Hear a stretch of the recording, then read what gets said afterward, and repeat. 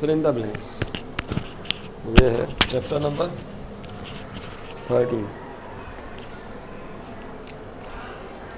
देखिए इसमें जो पहली फिल इन द ब्लैंक्स है, चैप्टर 13 जो है फिज़िक्स का, मैट्रिक क्लास के फिज़िक्स में, इसमें पहली फिल इन द ब्लैंक्स है the distance between the pole and the principal focus of spherical mirror is the dash of the mirror.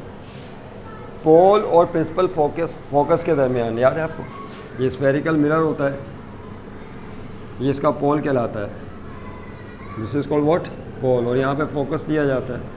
तो पोल और फोकस के दरमियान जो डिस्टेंस है, इस डिस्टेंस को क्या कहते हैं, दिस डिस्टेंस कॉल्ड व्हाट। तो आप जानते हैं इस डिस्टेंस को हम फोकल लेंथ कहते हैं। क्या नाम है इसका, बोलिए, फोकल लेंथ। तो पहली जो फिल इन दी ब्लैंक उसमें आएगा जवाब फोकल लेंथ, और इस फोकल लेंथ को स्मॉल एफ से शो करते हैं। यहाँ से यहाँ तक जो फासला होता है पोल से, कोई भी स्फेरिकल मिरर हो, पोल से प्रिंसिपल फोकस तक का फासला, this is called focal length. तो पहली जो फिल इन दी ब्लैंक्स उसमें आएगा फोकल लेंथ। उसके बाद देखिए क्या कह रहे हैं दूसरे में, the image formed by a dash mirror is always virtual, erect and smaller than the object. किस स्फेरिकल मिरर से बनने वाली इमेज हमेशा वर्चुअल होती है, इरेक्ट यानी सीधी होती है, और ऑब्जेक्ट से साइज़ के मुकाबले में छोटी होती है। तो ये बात भी हम तफसील से एक वीडियो में भी डिस्कस कर चुके हैं। वो थी image form by a convex mirror. Convex mirror याद है आपको? कॉन्वेक्स मिरर में क्या होता है, जो बैरूनी सतह होती है वो चमकदार होती है, रिफ्लेक्टिंग सरफेस होती है, अंदरूनी सतह पेंटेड होती है। ये भी एक स्फेरिकल मिरर था, इन दोनों में फ़र्क है, इसकी जो अंदरूनी सतह है, इनर सरफेस, वो रिफ्लेक्टिंग है, इसकी जो आउटर सरफेस है वो रिफ्लेक्टिंग है। जब आप यहाँ पे कोई ऑब्जेक्ट रखते हैं, कोई भी ऑब्जेक्ट रखते हैं, और हमने उसकी इमेज हासिल की थी, तो याद करें कहाँ बन रही थी इमेज, जो इमेज फॉर्म हो रही थी वो हमेशा यहाँ बन रही थी, यहाँ पे, यहाँ से दो रेज रही थी ना, आपने याद कीजिए, यहाँ 2F था और ये F था। तो जो इमेज बन रही थी वो आईने के अंदर बन रही थी। इस पर तफसील से गुफ्तगू हम कर चुके एक क्लास में, जो साइज़ में छोटी थी, वर्चुअल थी और इरेक्ट थी। वर्चुअल इमेज किसे कहते हैं, जो आईने के अंदर बनती है, जिसको पर्दा स्क्रीन पे नहीं ले सकते, आईने के अंदर बनती है, और साइज़ में जिस्म से बहुत छोटी होती है और सीधी होती है, यानी जिस्म आपको सीधा नज़र आता है। तो ये कॉन्वेक्स मिरर है, इससे बनने वाली इमेज। तो यहाँ पे डैश में क्या आएगा, कॉन्वेक्स मिरर। कॉन्वेक्स मिरर से बनने वाली इमेज हमेशा वर्चुअल होती है और इरेक्ट और स्मॉलर इन साइज। इस पर भी बात हो चुकी है।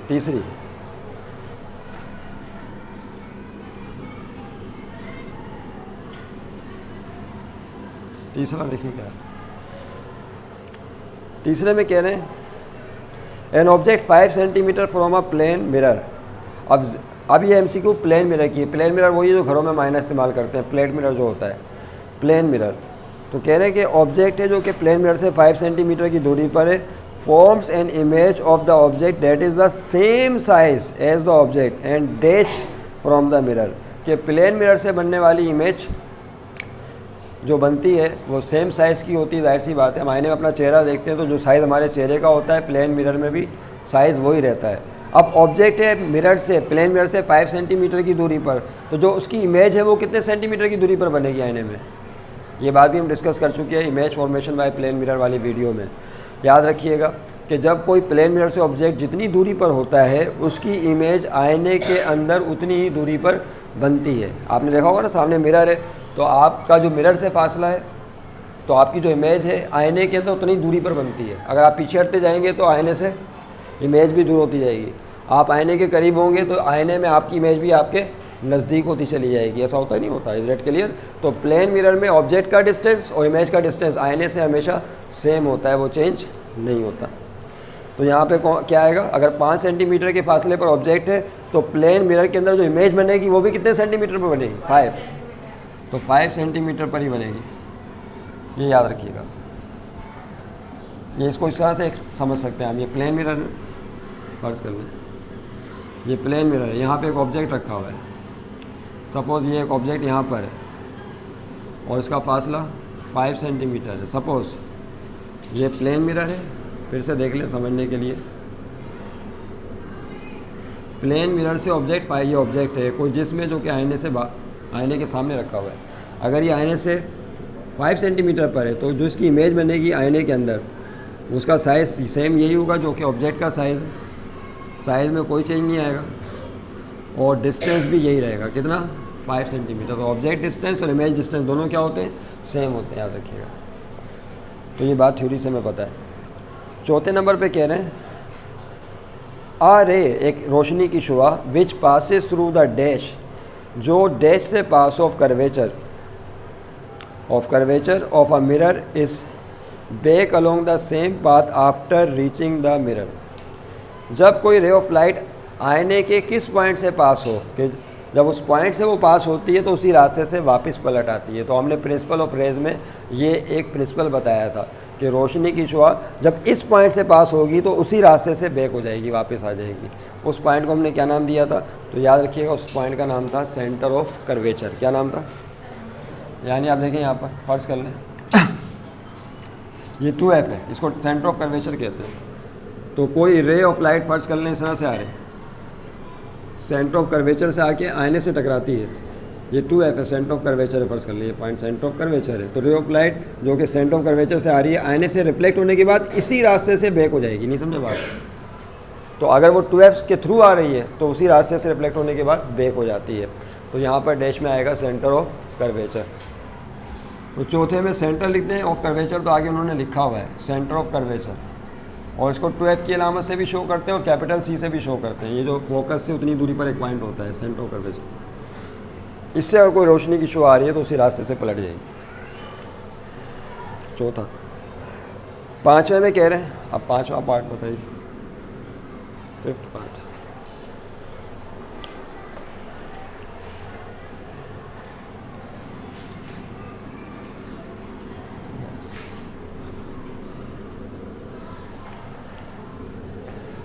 बताइए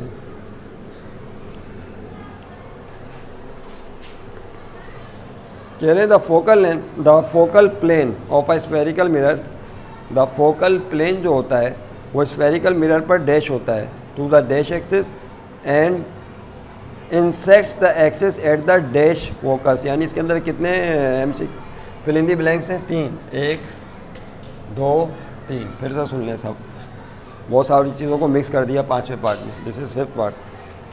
क्या कह रहे हैं, focal plane of a spherical mirror is dash. लेकिन जब आप कोई मिरर बनाते हैं, स्फेरिकल मिरर बनाते हैं, ओके, ये आपने एक लाइन ड्रॉ की, इसको प्रिंसिपल एक्सिस कहते हैं, यहाँ पे एक पॉइंट लेते हैं, ये फोकस कहलाता है। Is that clear. Focal plane कहते हैं एक ऐसा प्लेन जो फोकस पर परपेंडिकुलर हो, एक ऐसी सतह जो फोकस पर एक ऐसी सतह जो प्रिंसिपल एक्सिस के परपेंडिकुलर, यानी यहाँ पर एंगल कितने डिग्री का होगा, बोलिए 90 डिग्री का। तो फोकल प्लेन एक ऐसा प्लेन होता है जो फोकस से पास होता है और प्रिंसिपल एक्सिस पर परपेंडिकुलर होता है। और ये एक सतह है, तस्वुराती सतह है, प्लेन है, that passes through focus and perpendicular to the principal axis, और प्रिंसिपल एक्सिस के परपेंडिकुलर होता है। तो the focal plane of a spherical mirror is dash, इसमें आएगा perpendicular to the dash, perpendicular होता है फोकल प्लेन, पहली डैश में आएगा। परपेंडिकुलर होता है किसके, प्रिंसिपल फोकस के, यानी फोकस के परपेंडिकुलर होता है, याद रखिएगा। प्रिंसिपल एक्सिस के, सर बहुत सारी मिक्सिंग हो गई ना यहाँ पे। प्रिंसिपल एक्सिस पर परपेंडिकुलर होता है। और तीसरे में क्या कह रहे हैं, intersect this axis at the dash, और फोकस पर कट करता है। तीसरे में आएगा फोकस पर कट करता है, फोकस को आपसे शो करते हैं। फिर से सुन लें, ये फोकल प्लेन कहलाता है।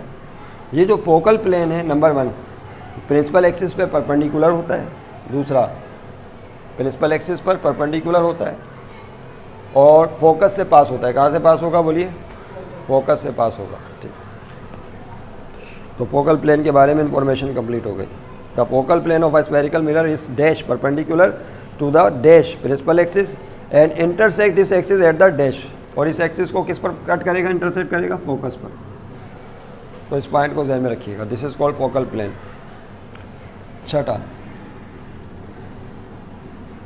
छठी MCQ देखें क्या है,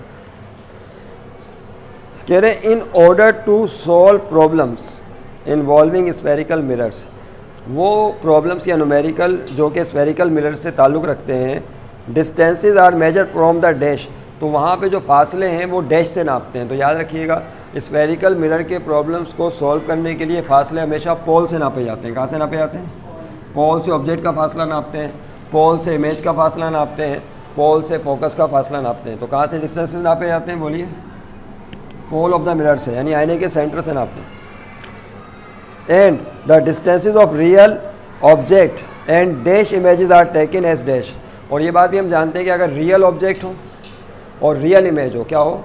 कल हमने इस पर बात की थी गालिबन, कल परसों। रियल ऑब्जेक्ट हो और रियल इमेज हो तो उसका डिस्टेंस हमेशा पॉजिटिव होता है।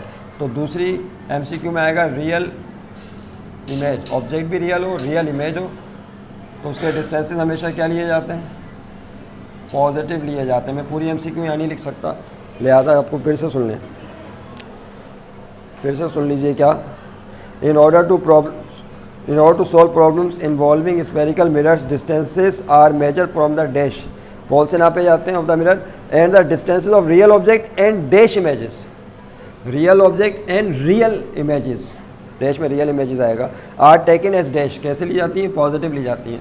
तो अगर कोई रियल ऑब्जेक्ट होगा आईने के सामने और उसकी रियल इमेज आईने से बाहर बन रही होगी तो उसके फासले प्लस में होंगे। तो ये छठी एमसीक्यू है साथ में। तो रियल ऑब्जेक्ट हो और रियल इमेज हो तो उसका डिस्टेंस हमेशा प्लस में लिया जाता है। उसके बाद है 7, कह रहे if the object is placed in front of a concave mirror, अगर कोई ऑब्जेक्ट कॉनकेव मिरर के सामने रखा हुआ हो, between principal focus and pole, principal focus और पोल के दरमियान, यानी कहाँ पर हो? ये फोकस है और यहाँ पर पोल है, इसके दरमियान रखा हुआ है ऑब्जेक्ट, ये ऑब्जेक्ट रखा हुआ है। तो बताइए इसकी इमेज कहाँ बनेगी? ऐसे ही बता देना चाहिए आपको, पढ़ चुके हम लोग। The image is from dash the mirror, तो इमेज कहाँ बनती है? तो ये बात हम जानते हैं कि जब कोई ऑब्जेक्ट फोकस और पोल के दरमियान होता है तो इसकी इमेज 2f के बियॉन्ड बनती है। ये 2f था, यहाँ बनती है इमेज। इस तरह से आपने याद है, दो रेज लेंथी प्रिंसिपल एक्सिस के पैरेलल, जो फोकस से पास होती है, दूसरी डायरेक्ट आईने के मरकज से टकराती है, उसी एंगल से रिफ्लेक्ट हो जाती है। तो दोनों रेस यहाँ पर मीट करती हैं, या उल्टी इमेज बनती है जो बड़ी होती है साइज़ में। तो जब कोई ऑब्जेक्ट फोकस और पोल के दरमियान होता है तो उसकी इमेज 2f के बियॉन्ड बनती है। तो यहाँ पे क्या आएगा सातवें में? Beyond 2f। क्या लिखेंगे बोलिए? बियॉन्ड इमेज 2f से परे बनेगी, हट कर बनेगी।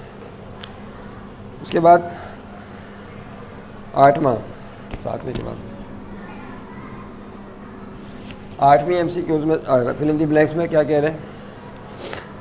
The ratio of the size of image to the size of object is called dash. ये भी हम एक टॉपिक पढ़ चुके हैं, लीनियर मैग्नीफिकेशन कहते हैं। देखिए, एक होता है साइज ऑफ ऑब्जेक्ट, ये हाइट ऑफ ऑब्जेक्ट कहलाती है या साइज ऑफ ऑब्जेक्ट, और ये हाइट ऑफ इमेज कहलाती है या साइज ऑफ इमेज। तो अगर आप इसका रेशो ले लें, क्या? Height of image, height of object, या size of image, size of object का ratio, that is called what? That is called linear magnification. इसको लीनियर मैग्नीफिकेशन कहा जाता है। तो यहाँ पे जवाब क्या आएगा? Linear magnification. लीनियर मैग्नीफिकेशन, और एम से इसको शो करते हैं। किससे? एम से।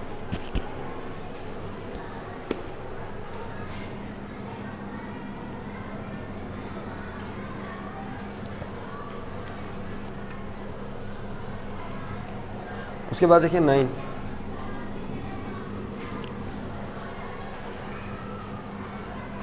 देखिए हमने कहा था कि जो मिरर इक्वेशन होती है, मिरर इक्वेशन क्या आती है याद है आपको?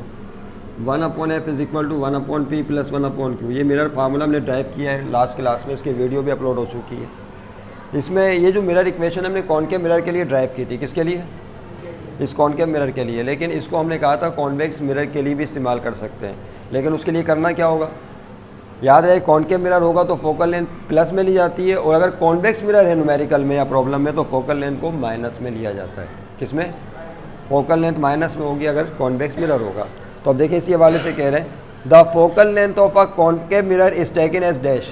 जो कॉनकेव लेंथ है उसका फोकल लेंथ डैश लिया जाता है, पॉजिटिव या निगेटिव? कॉनकेव मिरर का फोकल लेंथ पॉजिटिव लिया जाता है। तो यहाँ पे लिखिए पॉजिटिव कॉनकेव मिरर, और अगर कॉन्वेक्स होगा तो उसका निगेटिव लिया जाता है। तो 12 एमसीक्यू में कॉनकेव का जिक्र है। तो कॉनकेव अगर मिरर होगा तो पॉजिटिव लेंगे, where as the focal length of convex mirror, और अगर कॉन्वेक्स मिरर होगा तो it is taken as negative, that सी बात है। दो MCQ, दो फिल इन दी ब्लैंक्स हैं, तो पहले में पॉजिटिव आएगा, दूसरे में नेगेटिव। याद है, फिर से सुन लें। अगर आपने ये मिरर इक्वेशन इस्तेमाल करनी है तो ये कॉनकेव मिरर के लिए भी इस्तेमाल होती है और कॉन्वेक्स मिरर के लिए भी। कॉनकेव मिरर के लिए फोकल लेंथ प्लस में होती है और कॉन्वेक्स मिरर के लिए, कौन सा कॉन्वेक्स मिरर बना हुआ नहीं है यहाँ पे, उसके लिए फोकल लेंथ नेगेटिव होती है। लास्ट 10वीं फिल इन दी ब्लैंक है। Light is a form of dash. क्या कह रहे हैं? रोशनी क्या है? Light is a form of, कल शायद डिस्कस किया, कल परसों, सारी गुफ्तगू आपसे हमारी हो गई है। रोशनी किसकी किस्म है? एनर्जी की। शाबाश। तो यहाँ पे क्या आएगा? मैंने पूरी ही ये लिख दी, light is the form of energy. तो फिल इन दी ब्लैंक्स ये है, सिर्फ एनर्जी आएगा। रोशनी तवानाई की एक किस्म है। तो इस तरह से फिल इन दी ब्लैंक्स वाला टॉपिक कंप्लीट हो गया। उसके बाद है given below are a few possible answers to each statement, identify the correct one. अब यहाँ पे कुछ स्टेटमेंट्स लिखी हुई हैं, ये भी fill in the blanks type की हैं, लेकिन इसमें ऑप्शन गिवन है ABCD। तो उस फिल इन दी ब्लैंक में एक सही ऑप्शन आपने जो है वो आइडेंटिफाई करना है कि सही जवाब क्या होगा। तो ये ज़्यादा आसान है उसके मुकाबले में, क्योंकि इसमें 4 ऑप्शन है। तो आपने अगर पढ़ रखा होगा तो कोई ना कोई एक ऑप्शन आपके जहन में आ ही जाएगा। ठीक है भाई, इसको हम मिटाने वाले हैं।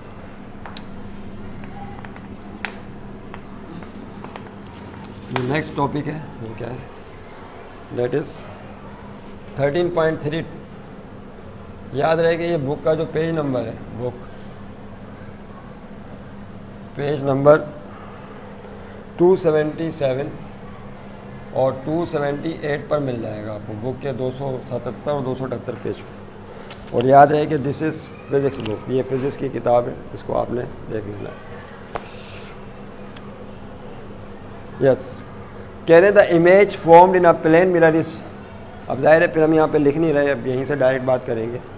The image formed in a plane mirror, plane mirror जो घरों में इस्तेमाल होता है ना, उसमें जो इमेज हमारी बनती है इस डैश, डैश में क्या आएगा?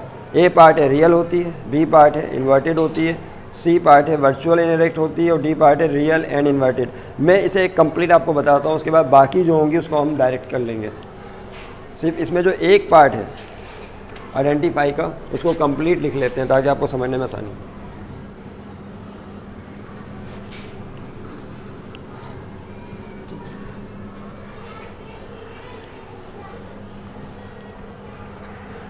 (13.3) में कह रहे हैं आइडेंटिफाई करेक्ट वन। पूरा नहीं लिख रहा है इसको, इनमें जो सही है वो बताएं क्या होगा। जैसा पहला पार्ट है, the image formed, the image formed in a plane mirror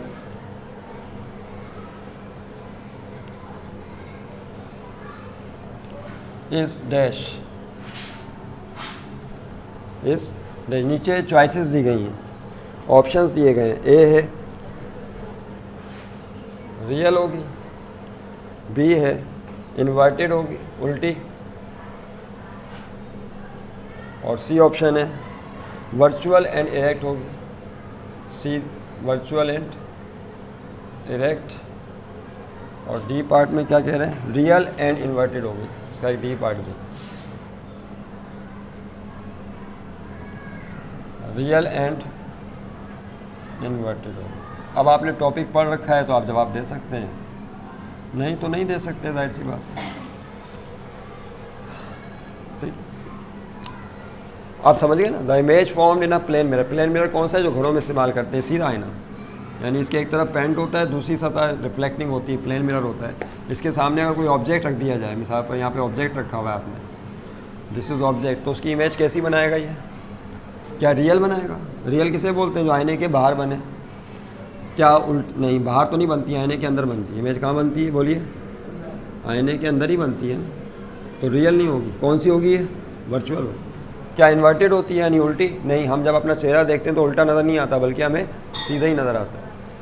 और तीसरे में क्या कह रहे हैं? वर्चुअल और इरेक्ट होगी।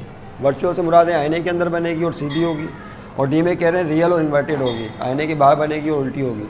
तो ये बात हम जानते हैं, इमेज आपके सामने बनी हुई है। तो प्लेन मिरर में जो इमेज बनती है वो वर्चुअल और इरेक्ट होती है, यानी आईने के अंदर बनती है, और इरेक्ट का मतलब है सीधी होती है, यानी हमें अपनी छवि सीधी नज़र आती है। तो कौन सा ऑप्शन सही होगा बोलें? Virtual and erect. तो इसको आप टिक कर लें। अगर आपके पास बुक है तो आप डायरेक्ट वहाँ से टिक कर लें, नहीं तो फिर आप रेफरेंस दे के जवाब लिख लें सिर्फ।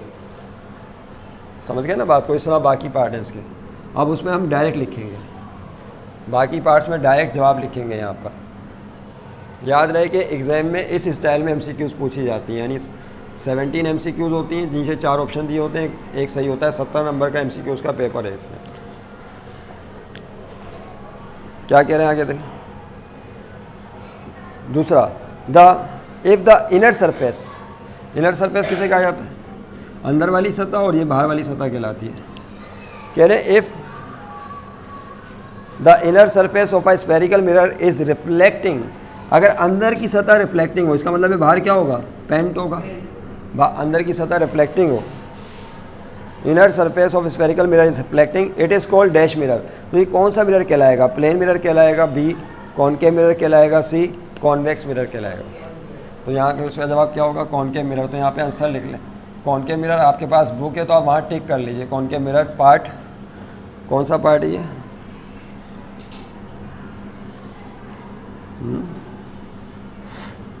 B पार्ट है। आंसर में कौन सा पार्ट है? B। यानी ये दूसरी MCQ है, उसके अंदर जो B पार्ट है कॉनकेव मिरर वाला, वो आपका सही जवाब है।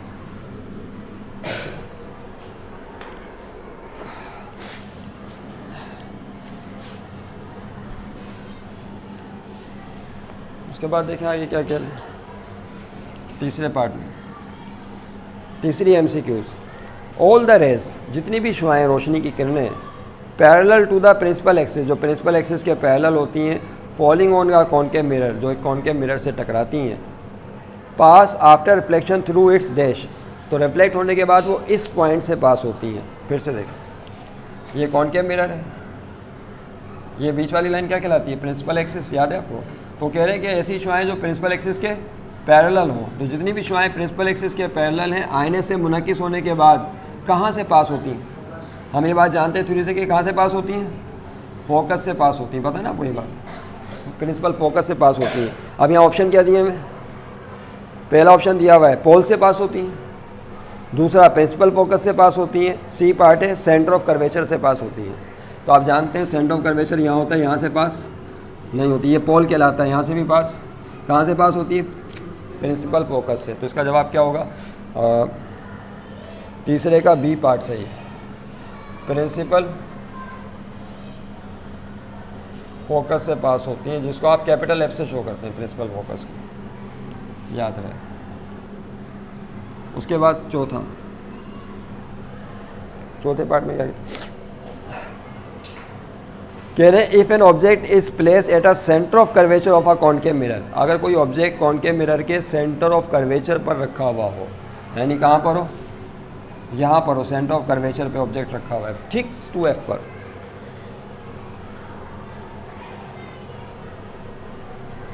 Of a concave mirror, dash and dash image is form. तो बताइए कौन कौन सी इमेज बनेगी? वर्चुअल, इरेक्ट और इनलार्ज बनेगी, रियल, इन्वर्टेड एंड स्मॉल होगी, या रियल, इन्वर्टेड एंड इक्वल होगी साइज में। आप जानते हैं कि जब किसी ऑब्जेक्ट को हम कहाँ रखते हैं? 2F पर रखते हैं, तो दो रेज ली थी, जो फोकस से पास होती है, दूसरी डायरेक्ट पोल से टकराने के बाद उसी एंगल से रिफ्लेक्ट हो जाती है। तो जहाँ पर ऑब्जेक्ट होता है वहीं पर इमेज बनती है, जो रियल होती है क्योंकि आईने से बाहर बन रही है, इन्वर्टेड होती है क्योंकि उल्टी बन रही है, और साइज़ में कैसी होती है? इक्वल होती है। नहीं, इक्वल है, जो साइज़ का है वही इसका है। याद रखिएगा, 2F पर ऑब्जेक्ट होगा तो इमेज 2F पर ही बनेगी, और रियल होगी, इन्वर्टेड होगी और इक्वल इन साइज़ होगी। तो इसके अंदर फिर से ऑप्शन सुन लें क्या दिए हमें, कि जब 2F पर होगा तो वर्चुअल बनेगी, नहीं वर्चुअल तो बनती नहीं है, रियल, इन्वर्टेड और स्मॉल होगी, रियल इन्वर्टेड तो है लेकिन स्मॉल नहीं होगी। तीसरा, रियल, इन्वर्टेड और इक्वल होगी, यस रियल होगी, इन्वर्टेड होगी और इक्वल होगी साइज़ में। तो इसका C पार्ट सही है बिल्कुल। क्या है? C part is the correct answer. Real, inverted और क्या आएगा?